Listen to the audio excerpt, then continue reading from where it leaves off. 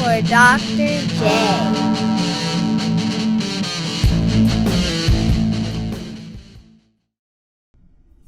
All right. Cake or death? Yeah. So here we go. Take two. Take 1.5. Take 1.5. Yeah. Take whatever. So what I was saying in the beginning last time. So, okay. Well, Do you want to go back and talk about Christian right? Well, here we go. Well, let's just start like this. When we look at Gen X politics, how did our politics form? And of course, what we were talking about were a couple of things, and we'll come back to Lewinsky in 2000 election. But I think we need to start with the aftermath of Watergate. Yeah. And then the Reagan administration, because those two, when you look at when I was doing the talks, the humanity talks, right? One of the things that they point to when they divide Gen X up, because each generation has an older cohort and a younger cohort. Yeah. And with Gen X, the dividing line is who remembers Watergate and who remembers Reagan. Yeah, we're Reagan. We're Reagan. We're the younger. I remember Carter. I have memories of Carter. I have vague memories of the hostage scandal. Yeah, I voted for Carter in class because I thought he looked cool. I didn't have any other reason because I was in kindergarten. What do I know? Well, I think I entered kindergarten. Was that 80? It was 80. Yeah. Because Reagan was 81 to 88, 89. Yeah. Yeah. Yeah, my dad died that summer, and then I started kindergarten. But they let us vote, and none of us knew what we were voting for. No, we didn't understand it. I'm a year off. I mean, they were teaching us what civic duty was. Yeah. But really, it was a popularity contest. Yeah. I mean, if I had to diagnose, and you know more about Watergate than I do, because it's American history, and if I had to say what must have happened to the first cohort of Gen X with their memories of Watergate is a loss of trust in the presidency. Yeah. That we eventually got back, but it took until Reagan to do it because no one trusted Ford because he pardoned Nixon. Yeah. Jackass. Oh, the episode of That 70s Show. Oh, when Red loses it. Yeah, when Ford is there. Yeah. And Eric walks in naked and he turns around and he says, "Why did you pardon that son of a bitch?" Yeah. It's brilliant. It is. Absolutely, and it's an important moment because I think, and I'm not saying that there weren't times in the past when there was a loss of trust in the government. I don't know, like maybe the Civil War was a loss of trust in the government when Lincoln was elected. Yeah. Clearly, that's one of the reasons why the South was absolutely terrified of what Lincoln was going to do. Yeah. Especially the planter class. Yeah. Is this guy going to ban slavery? Yeah. Time to go. Yeah. Time to get out.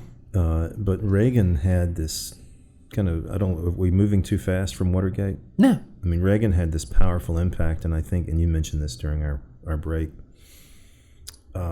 he is, I don't want to say, I think I can. I think he's responsible for the mixture of the cross of religion and conservative politics in a way that really hadn't been thought of before. Well, remember what we talked about last week was the weaponization of Christianity. It's brilliant. Under Reagan, right? And you had pointed out that Carter was more private about it. Yeah. Reagan was more public about it. Reagan was more... He politicized. Was it him that was politicizing it, or again the cabinet, right? Because if you look at what George the First, when he comes in, well, and you have to talk about George the First because a lot of the guys that were in that administration show back up with GW. Yeah, they do. I mean, obviously they're not going to hire Clinton guys. I think that Reagan was savvy, even without a cabinet. You've seen the Saturday Night Live episode where Phil Hartman's Reagan, and he plays like he's confused in front of the Girl Scouts, and then suddenly they leave, and he just starts giving orders. Yeah. I'm not saying that he was like that, but I think he was politically savvy enough. And I'm not even saying that he didn't have deep-seated religious convictions. I think he actually did. Yeah. But I think he saw an opportunity to get people to rally around the flag Yeah. during a really scary time in the Cold War. Mm-hmm. And he realized, just like they realized in the 1950s, the best way to win the Cold War is to create a philosophy that in every regard is in opposition to the Soviet Union. Yeah. And one of the diametrical oppositions is atheism versus Christianity. Right. And they saw that as a very powerful, very potent, and very palpable way. Hey, look, I'm not even close to the mic and it's doing this. I know. A very palpable way of galvanizing a group of people who had not yet thought of the idea of crossing religion and politics in quite the way they did. And we've never gotten over it. No. The GOP is God's own party. Yeah. I mean, that's where we are. And I was on the Christian right. Well, so was I. I mean, I was raised that way. And I thought Reagan was like Well, grandpa. Well, I back that up. My mom, I think I've mentioned this before. My mom was more of a conservative moderate. You know, she was more towards the middle on the right side. Mm-hmm. And it's as she's gotten older, she's gotten more and more further from the middle. Yeah. Chomsky says that's happened across the board. Even people on the left have moved to the right. Yeah. Yeah. Because what happens when you get older? You want things to stay the same. You can't deal with change. Yeah. But he's saying as easily. He's making the claim, and this was not a book, it's in an interview. He probably did it in a book, one of the 3,000 books he's written. This man's a genius. Yeah. But he's saying the political system has steadily moved to the right. So liberals are still liberals, but they've moved to the right steadily over the past 50, 60, 70 years. Right.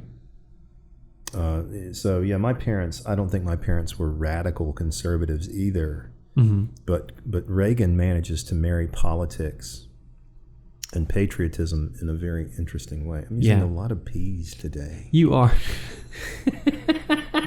And imagine how bad this would be if I were leaning into the mic. The plosives would be palpable. Palpable politics. For those of you listening, we're sorry that we just blew up your speakers. All right. Wow. So. Sorry. Yeah. As if there's anybody listening. Anyway. Well, no, I got these special screens because they're supposed to be against that, but you're just... I have a big voice. You do. I can't help it. As you noted earlier, you missed your calling. It's just, As a poor DJ. As a poor DJ. Because DJs don't make a ton of money unless they're syndicated, right? Yeah. I mean, syndicated DJs make a lot of money. Yeah. But like local DJs are not really... I think I missed my calling as an NPR, anchorman. I could have read the news. Oh, you could have done... Well, here's the thing with NPR. You just have to, take a lot of downers.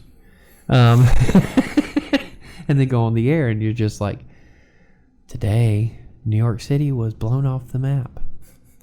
We are praying that the U.S. military will be able to find out who nuked it. Coming up later. This is Fresh Air.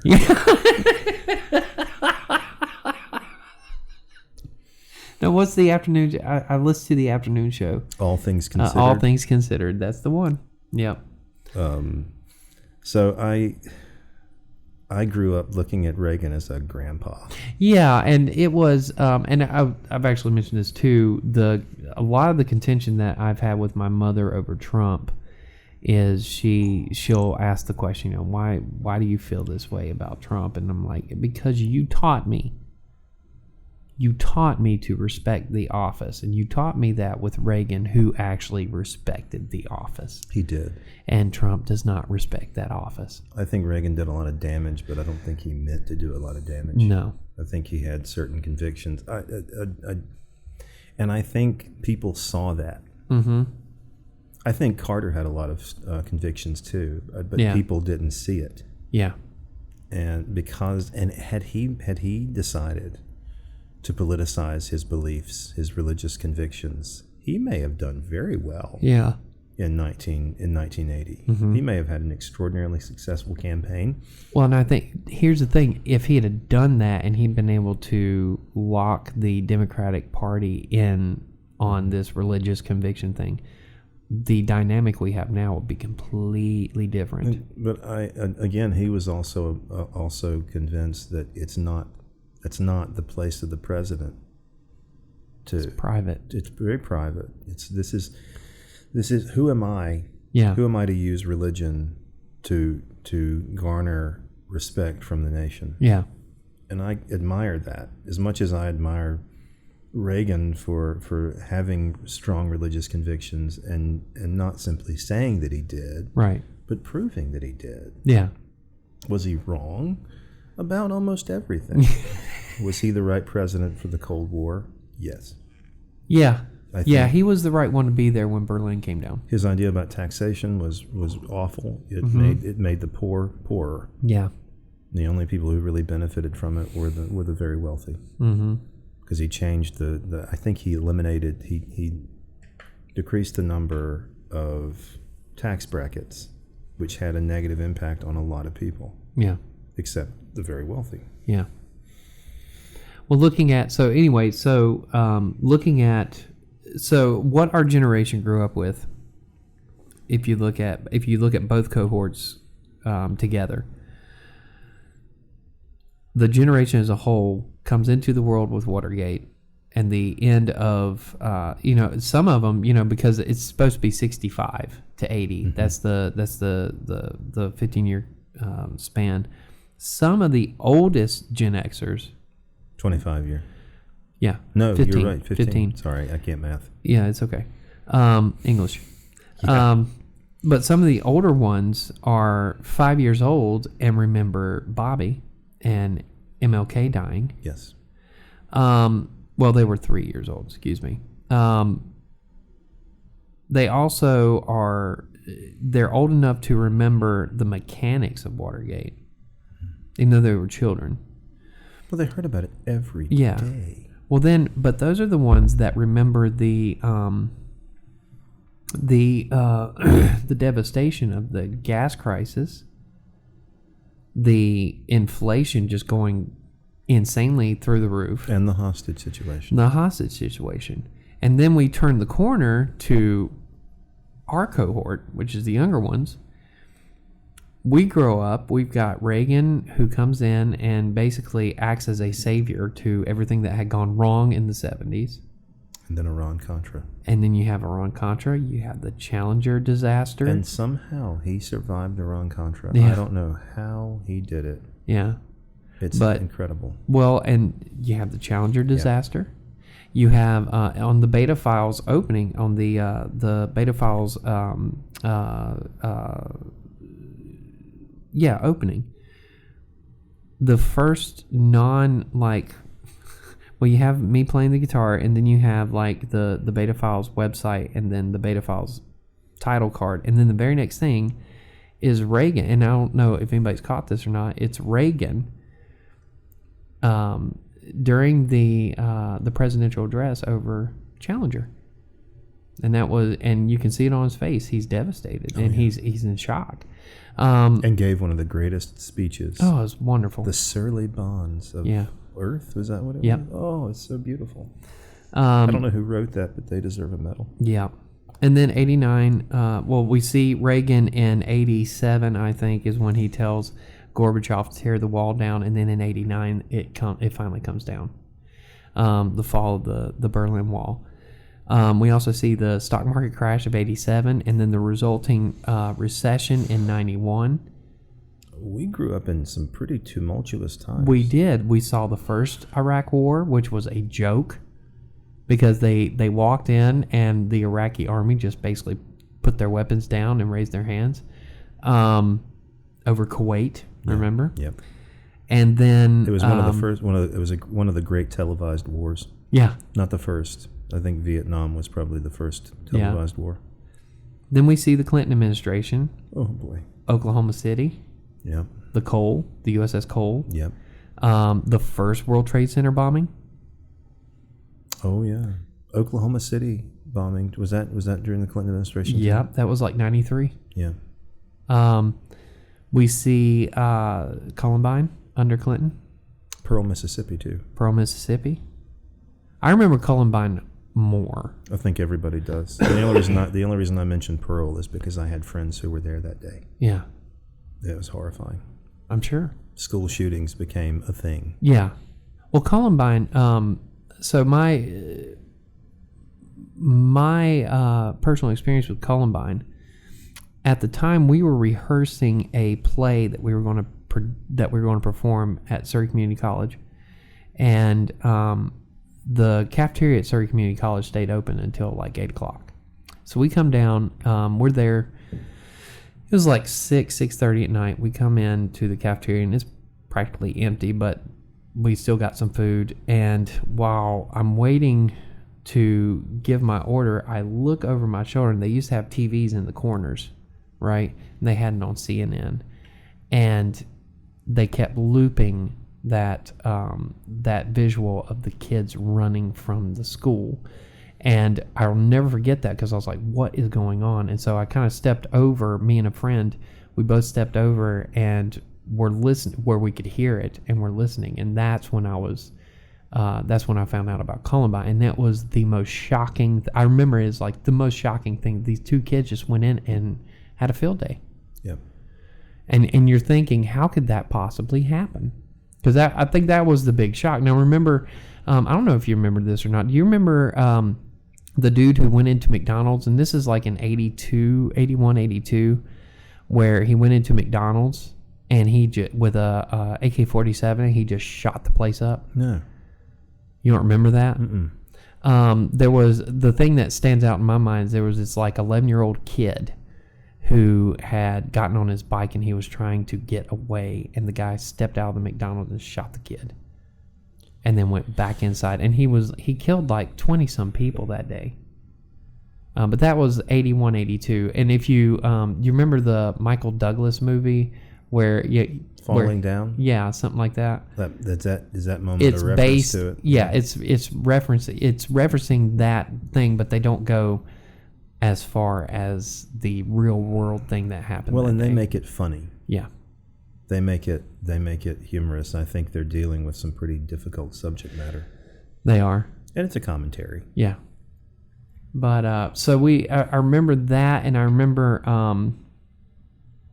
so anyway, so we hit Columbine, and then I can't remember, was Lewinsky? Yeah, Lewinsky was during the whole Columbine mess, because Lewinsky was like almost a year and a half, right? Yeah, it lasted for a while. For a long time. So we had the Lewinsky thing, and then we had the 2000 election with GW and Gore, and then we had 9/11, and then we had the 08 crash, and now we've got this mess. So when you take all those massive events and put them together, what are Gen X's politics? Confused. Confused and cynical. Dazed and confused. All right. All right. Well, I think we're very cynical. We are very cynical. And it comes from all those events, because we're just, every time we turn, and we forgot about the .com bubble. We did. At the end of the 90s, when the majority of people who had invested in that were Gen Xers. In the 80s, forgot about the S&P scandal. Yeah, the S&P, or Whitewater. Whitewater. Yep. There's a lot we left out. Yeah. But these are kind of watershed moments. Mm-hmm. And we've just had too many of them. Yeah. And underneath it, what you're seeing, and what's interesting, and I just thought of this, underneath all that, you see the boomers coming up on the right through the neocon movement, grabbing power, and grabbing as much power as they can, and establishing themselves. Because if you look at what McConnell and those guys did with that tax bill, it's like the last ditch effort for the boomers on the right Yep. to establish their power and create a legacy that's going to live for a while. Some legacy. Yeah. And so meanwhile, while all that's happening, we're on the surface of it, our generation's on the surface of it, and we're trying to make sense of all of this. We forgot about the Columbia disaster. Oh, yeah. Yeah. We didn't talk about Libya. We didn't talk about, Gaddafi. Mm-hmm. The Arab Spring. Oh, my Lord. Yeah. Serbia, Kosovo. What a mess. Yeah. Black Hawk Down. Remember that? I do. How are we not more screwed up than we are? I think we are. We just refuse to. But somehow, I don't really, and I'd said this before, I don't remember caring much about politics. And off and on I did. Like, yeah. The first time I got really ramped up about politics, aside from, everyone was ramped up after the wall came down. Yeah. That was a great day. Yeah. Well, we were like 13, 14 years old when that happened. And I remember being so excited and thinking, I don't have to be afraid anymore. The LA riots. Yeah. Rodney King. But Did you ever see the SNL? I'll let you get to it. That's right. Did you ever see the SNL skit with Ross Perot, where Dana Carvey's Ross Perot, and he says, "I'll fix everything." LA riots. You said $13 million in damages. Here's a check.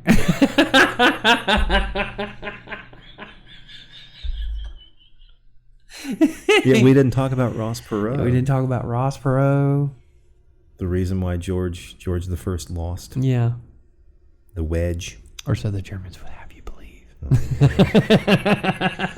No, I cared on and off. I cared when I cared as much as I could care for the first Gulf War. Yeah. I cared about the wall coming down because I thought we don't have to be afraid anymore, because ours was the last generation to be afraid that at any moment we could die. Yeah. And that was that wasn't a hypothetical. That was a real thing. Yeah. It could happen any minute because someone got trigger happy. Yeah. Well, War Games with Matthew Broderick. Oh my God. Yeah. And that movie was great too. Yeah. We didn't talk about that. Well, no, we did. We mentioned it. We mentioned talked about it, movies. We didn't really get too much. But as far as like the anxiety, that movie it epitomizes the anxiety. It does, and it was very real. Yeah. So, that moment, because it was the culmination of an entire childhood of fear, and the end of it. Yeah.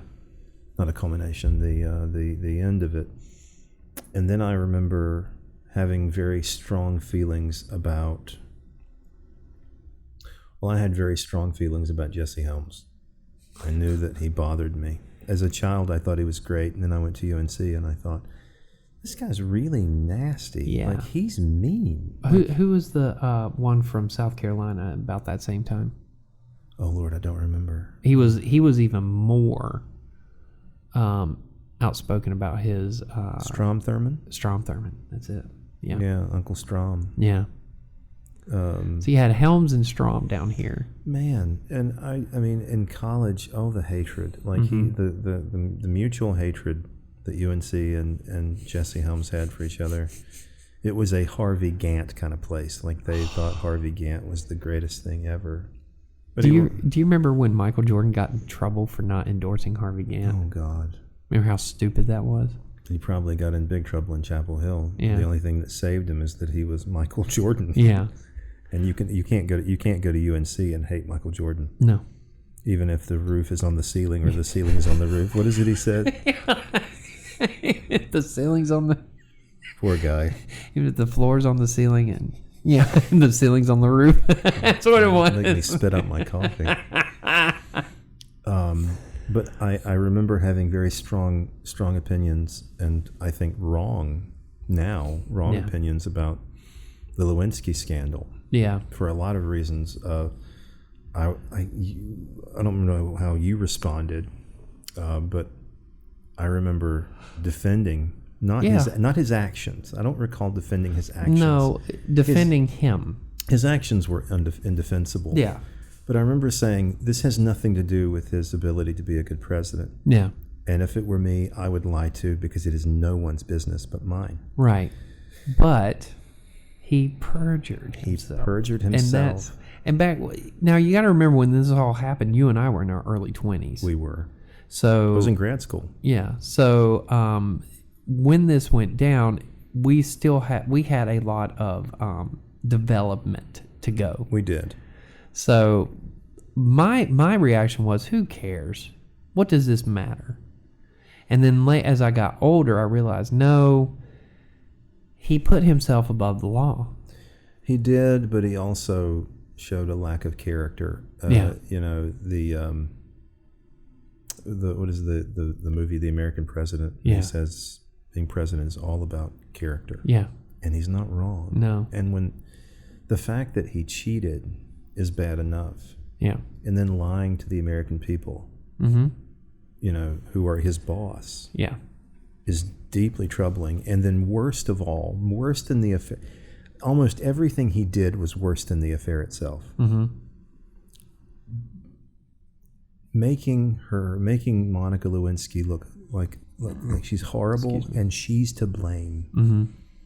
Allowing it. Allowing that to happen. And that's one of the things she talks about I've seen her talk about, I think it's the John Oliver interview. Lewinsky. Oh, the John Oliver interview is wonderful. I think she because he asks her about that, you know, about Clinton's reaction to all this. She said the thing about Bill was that he allowed everything to happen and he didn't stop it. She said that's where her disappointment with him comes, is he allowed it to happen. Yeah, and I don't know why I didn't see it then. I don't know why I didn't see it. How stupid could I have been? I mean, I'm sure you did the same thing I did. You went after her too. Everybody did. Well, and because the cues were all there. Yeah. It made sense because it can't possibly be this really charismatic president's fault. I mean, look at him. He's a god. Yeah. You know, I can't remember the name of the comedian who did this, but Bill Clinton could convince you that he's not there even though he's standing in front of you. Yeah. I am not here. And you would believe it. Did you have sexual relations with that woman? Define the term sex. And he even goes so far once to define the word was or is or it was. You don't know. You are a Rhodes Scholar. You know what the word was means. Mm-hmm. Past tense of is. Yeah. Meaning to be, to exist. To have been. And you're gonna tell me you don't need a definition of was. You just don't want to answer the question. Yeah, that's it.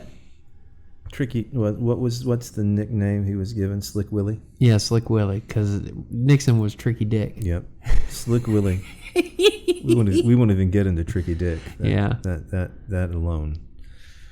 But he was just as horrible as Nixon. Yeah. Because he lied, and it was an attempt to cover something up. And I can never look at him the same again. I'm not saying he was a bad president, but he had a moment, when he could have done the right thing, and he didn't. And by telling his wife, "I'm sorry," and then telling the American people, "I'm sorry," and then welcoming the impeachment and saying, "I made a mistake." Yeah. And it would have gone away. Yeah. Had he simply said, "I made a mistake. Don't blame her. Yeah. She's just a kid." Yeah. But he didn't do that. People would have had a lot more respect for him had he owned it, because we like when people own their mistakes. This is why I think for so many Americans, this president now is so difficult to stomach. Yeah. Because he doesn't own his mistakes. We don't have many presidents who do. George W., for all his flaws, did not say he wasn't to blame for anything. He would own his mistakes. Yeah. And I think Obama owned his mistakes. I think he would say... I think the ones that weren't politically damaging. Yeah.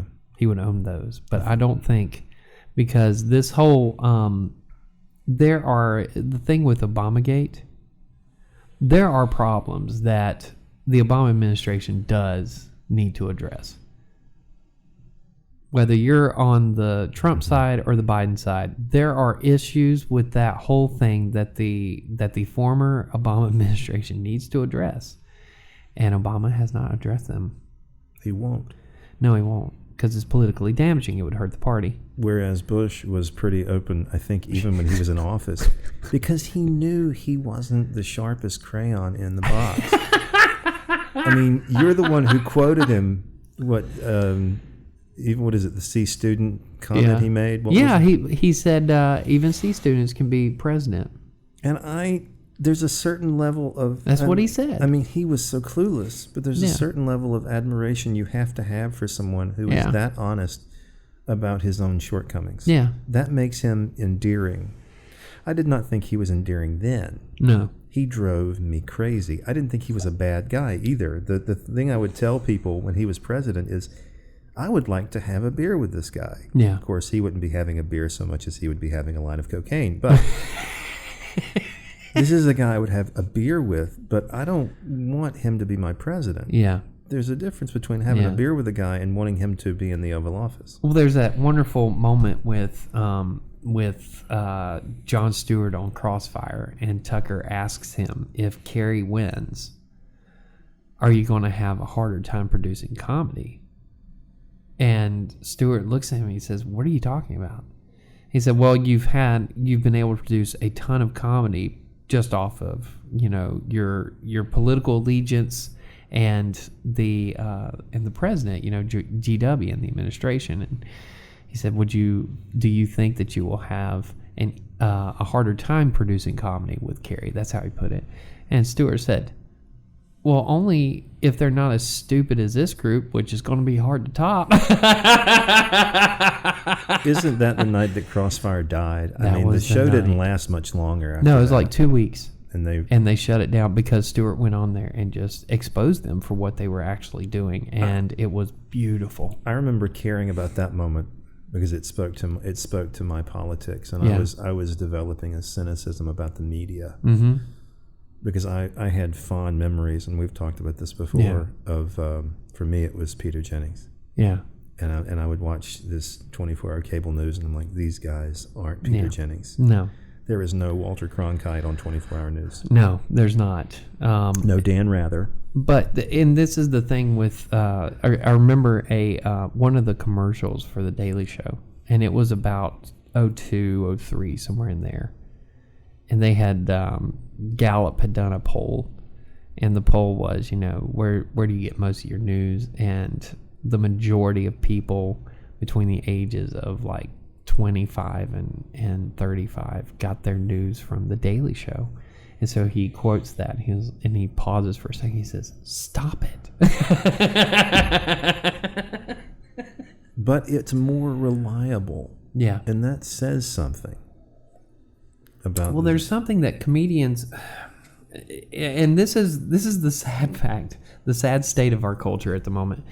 Comedians train themselves to find the absurdity in it all. Yeah. And once they find the absurdity in it all, then they report the truth through making fun of the absurdity. And what ends up happening is they gain trust, they gain credibility because of that. Which is, again, a really sad comment about our culture. But you could watch The Daily Show and really get the news as long as you were savvy enough to know, okay, he just told you what happened. Yeah. Now what follows is a joke. Yeah, right? it's satire. Yeah. This is satire. But he tells you the news first, and then after each news story, he decides to play with it a little bit. Yeah. But what I like about it is the commentary is separate from the news, and that's why The Daily Show, for better or for worse, is such a good news source, because they don't blend the two. Mm-hmm. Because they know that there's an audience that's already cynical and suspicious, and the last thing they want is to watch a show where they blend the satire and the facts. Yeah. Because that's what we're getting every other place, is a blending of commentary and fact, and that's why they're so unreliable. Well, and there's also The Onion. Yeah, well, the Onion's just, and they go out of their, you really have to be aware of what's going on in the news to find the Onion funny. But here's the thing. Our generation was trained to read the Onion. We were the first generation to have it. We're the generation who I think invented the Onion. Yeah, we are. Along with another magazine called Mental Floss. Yeah. Which I had a friend who used to write for them. Mm-hmm. So to go back, I had moments. I had moments that I cared, but I did not care consistently until 2001, and since then I've cared. Yeah. Every day. Well, not every day, but most of the time I feel very invested in what happens in the political arena. Right. And I talk about it a lot. The first time I cared was probably when the wall came down, but I didn't care for very long. Yeah, I didn't. Well, again, we were 13, 14 years old. I cared about the Lewinsky scandal, or the Clintons. Even that makes her the bad guy. Mm-hmm. The Clinton scandal. Yeah, the Clinton scandal. The Clinton scandal. Well, which one? That's the problem. You've got to narrow it down. Whitewater and the cigar scandal.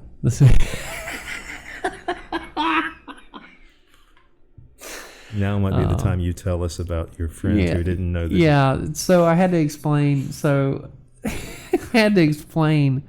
Why it was, because she couldn't understand why it was such a big deal. The cigar. That they were talking about this cigar. They kept coming back to this cigar, and I had to gently nudge her in the right direction. You know, you have a cigar and a young lady and a creepy old man.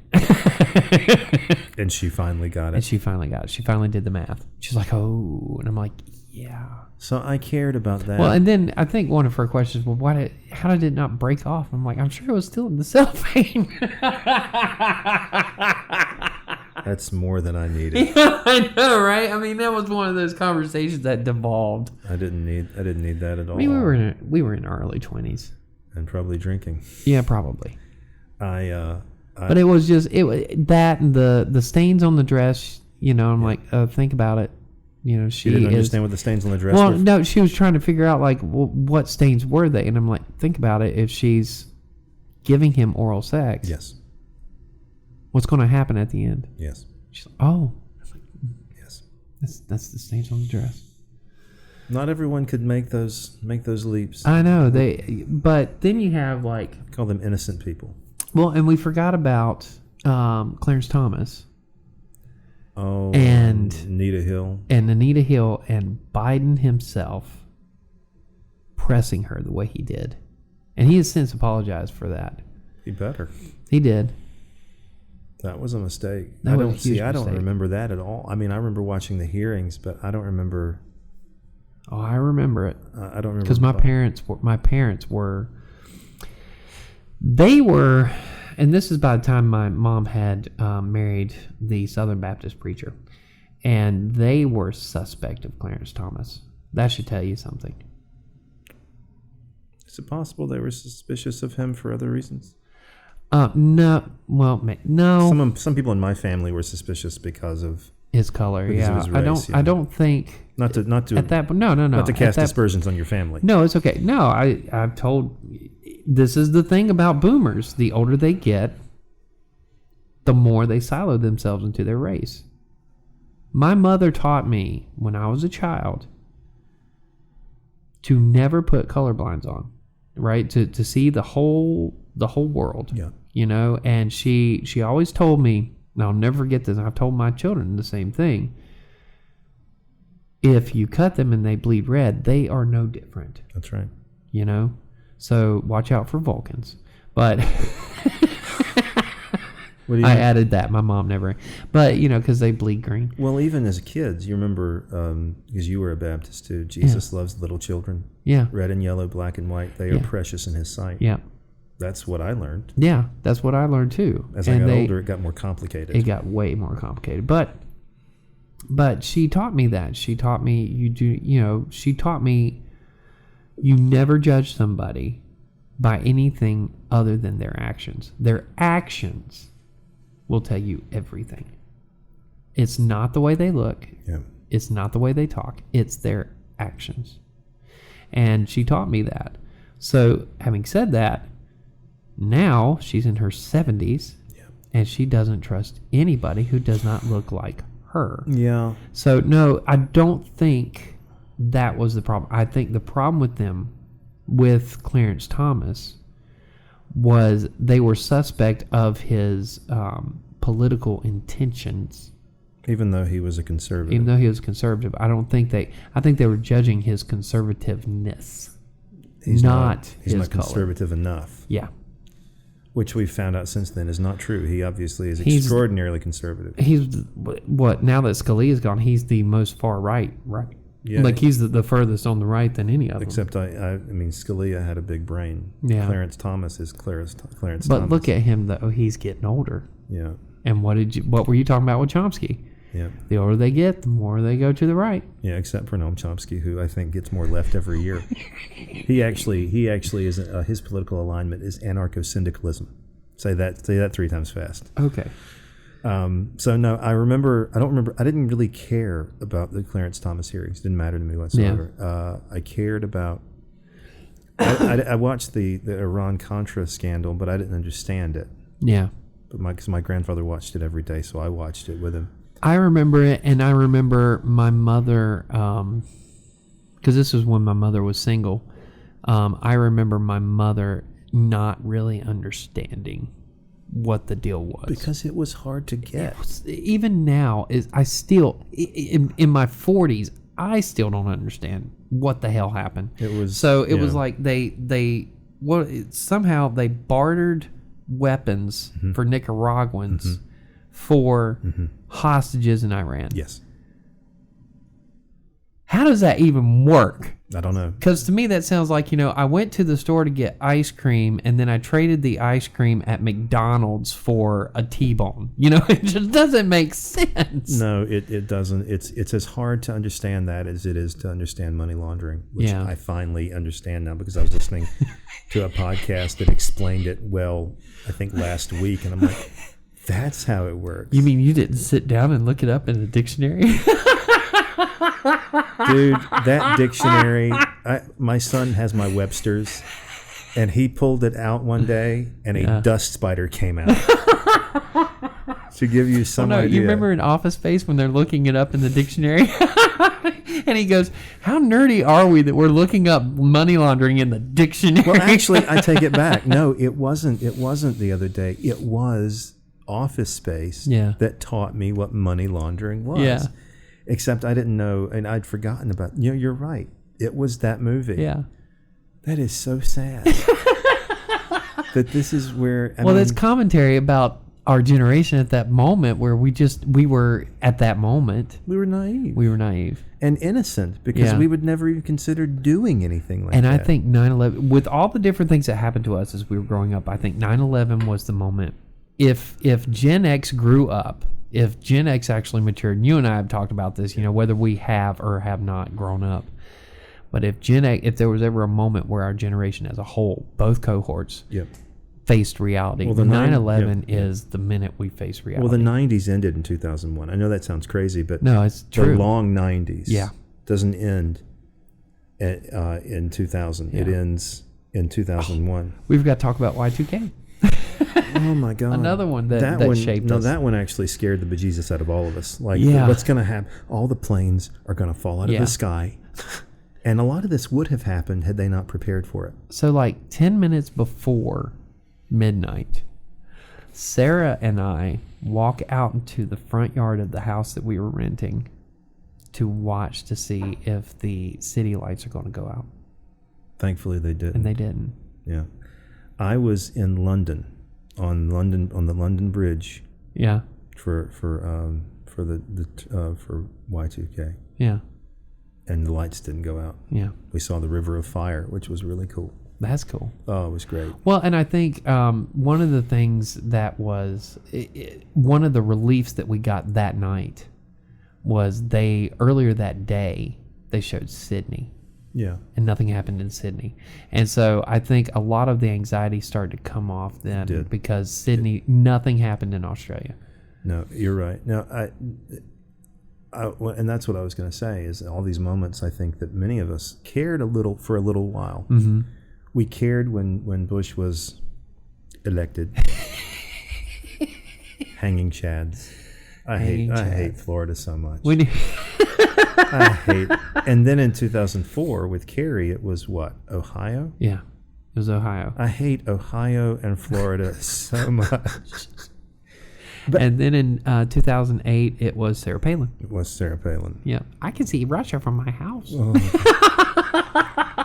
So, but I didn't care continuously without ceasing, right, until 9/11. And then from 9/11 to the present, I've been involved. And you're not wrong. I think if we had a coming of age moment, it was 9/11, because the disaster was so unimaginable. Yeah. On a level that we could not, as Americans, understand. Yeah. It didn't compute. Right. Like, what just happened? Yeah.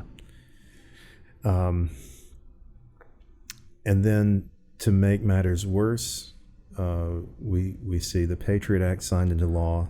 So my fear became anger overnight. Yeah. You son of a bitch! Yeah. How could you do this? Yeah.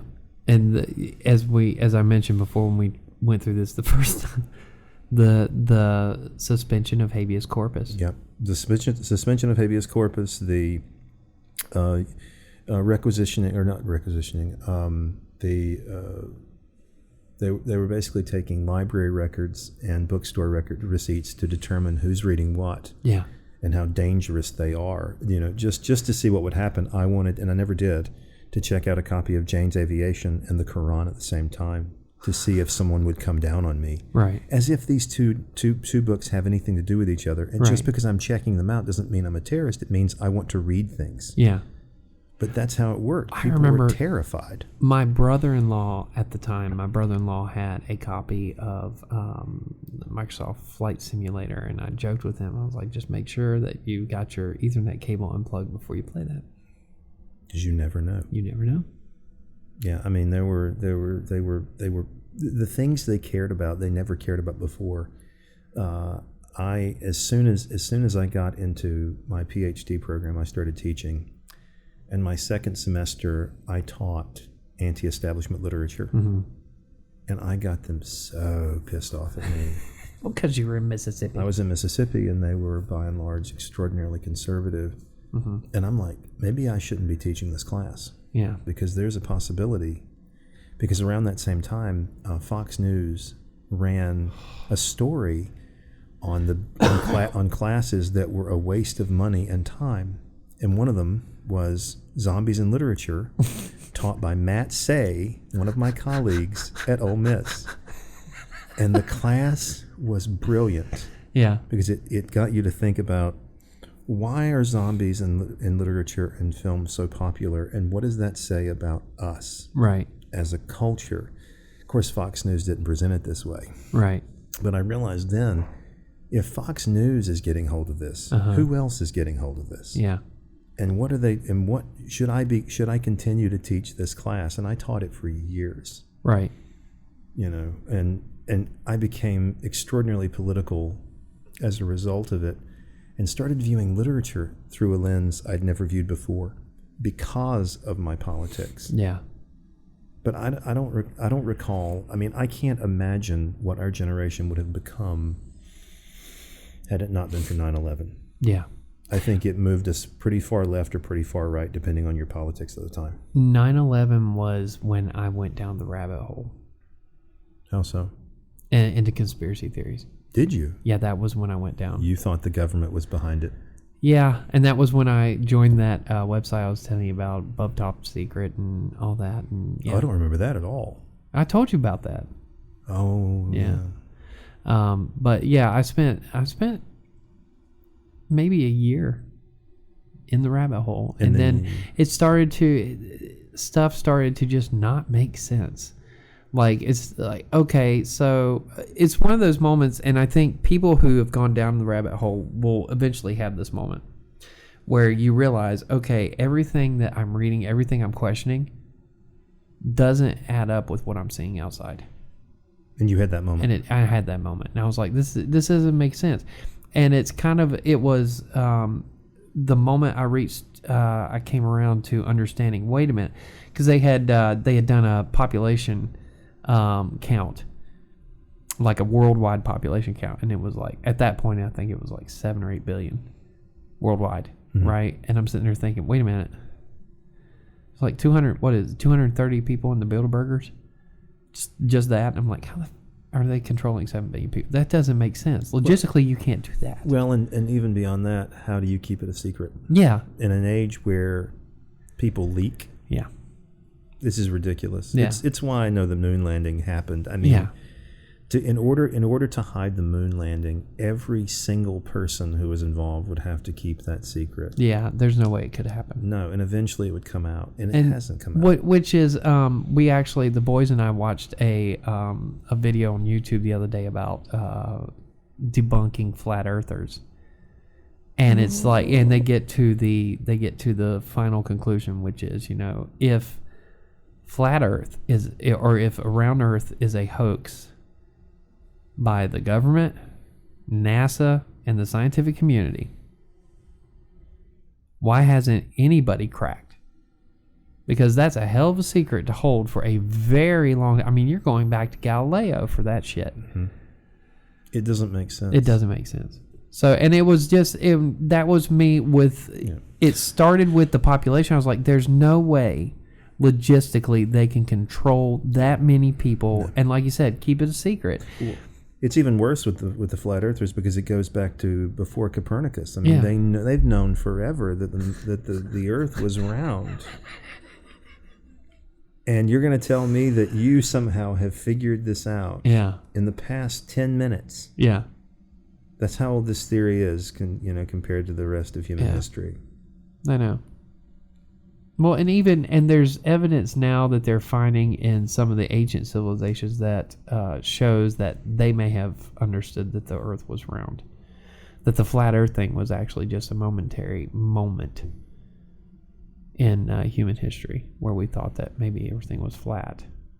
Yeah. But to understand, for some reason we don't, as human beings, it's hard to understand how microscopic we are on this planet. And deGrasse Tyson explained it perfectly. Shrink the Earth down to the size of a cue ball and then rub your finger over it. And he said it will be the smoothest cue ball you'll ever pick up. Because when you look at the sheer size of the planet, and you look at the highest point and the lowest point, when you look at the Mariana Trench and the Himalayas, the difference between the top of Everest and the bottom of the Mariana Trench is 11 miles. That's the thickness. That's the highest and lowest it goes. So expand that to the actual size of the planet, and it's nothing. In the grand scheme of things. Yeah, in the grand scheme of things, it's nothing. He says, now, the reason why everything looks flat is because you're so small on this planet that you don't see the radius, and you have to go really high up to see the radius. But you can see ships disappear over the horizon, and there's a reason for that. Well, they're falling off the edge, Jason. Come on. Oh, that's amazing. Have you ever seen any of the Discworld movies? No. Oh, they're fantastic. Terry Pratchett. Wonderful stuff. It's a disc on the back of a turtle that's floating through space. Well, and that's actually from a lot of Native American religion, the idea of Turtle Island. Yeah. Which is a title of a book of poems by Gary Snyder, a great American poet. I don't know. I mean, you talked about cynicism earlier. I think I'm there now. I don't think I've recovered. I mean, after not, I think I had a couple moments of hope. When we elected Barack Obama, I thought, this is it. We've broken through. Yeah. Race doesn't matter anymore. Oh. And that didn't last No. very long. And after that, I told myself, and then in '08, when not in '08, in 15 Uh-huh. or 16, when Bernie Sanders ran 15. before he eventually had to step down from the race, I made the mistake of getting excited again. And then I was ultimately disappointed in it again. And at that moment, I swore I will never get excited about a politician again. And to this point, I have been true to my word. I got excited about Yang. Well, he's fun. I liked Yang and I liked Buttigieg, but I can't say that The booty bus. I can't say that I can't say that I drank the Kool-Aid. Yes, I Yeah. like the fact that he had some good ideas. Obviously he's an Episcopalian, which honestly couldn't matter in the grand. It doesn't matter much. I like that about him, but that doesn't say anything about his politics. But I wasn't over the moon. Mm-hmm. And Biden's kind of the perfect candidate for me because I couldn't care less about him as a candidate. I don't think anyone's going to say, what I really like about Biden is how dynamic and charismatic he is. No, he's not Trump. That should be his campaign slogan. I'm not Trump. I'm not Trump. Well, and Crystal and Sagar have been talking about this for a while. They noted how his campaign just isn't doing anything as the perfect strategy because they're just letting Trump fall all over himself. Yeah. Trump doesn't have a chance at this point because Biden's winning without doing anything. Yeah. He's in certain states, 11 points up? Yeah, something like that. It's ridiculous. He gives a speech from his basement every 2 weeks and he's still winning. Hello there, Grandpa Joe, here to talk to you about taxes. Or even better, this is Grandpa Joe and I forgot what I was going to talk about. So I'm just going to smell someone's hair. Yeah. It's so for me, he's perfect because I didn't care to begin with. Yeah. So I don't have to go through thankfully I'm not worked up about him because I'd be disappointed. I know I would be. Yeah, I know. So I think I'm not alone. I think a lot of Gen Xers are just as disillusioned about American politics. We are. One of the things, and I'll say that for the next thing we're going to do. But the Xers, we've entered an interesting political moment where the cynicism of Gen X is starting to peel back a lot of those layers. Yeah, we're going to see it more and more. And the only thing that's challenging it is the millennial race to destroy the system. Oh my God. Yeah, you could do an entire show on politics and the millennials. Yeah.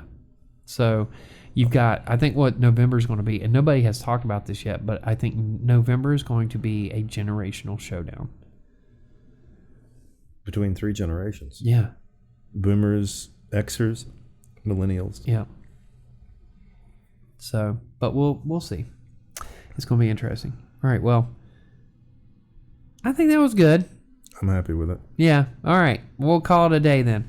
Check out the Blind Poet.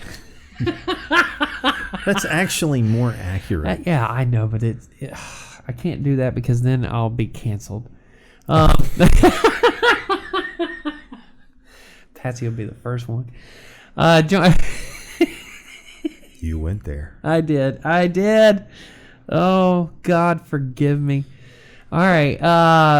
Yeah, you know the deal. Podcast, blah, blah, blah, Podbean. We are now on Deezer. And what? Yeah, I know. What is that? It's a podcast site. Deezer? Deezer. Deezer. Is this like a Weezer cover band? No, it is a podcast site. And we are on Listen Notes now. Okay. So we've expanded to 2 more. And hopefully, I got an email the other day from iHeart. We're that close to getting on iHeart. What about Apple? I also Apple. I'm waiting to hear back from them, but and also iTunes. So as soon as not iTunes, TuneIn. So as soon as we get on TuneIn, you'll be able to request us from your Alexa device. So That'll be fun. Excellent. Yes. So make it a great day. I'm the barber. That's Dr. J. Peace.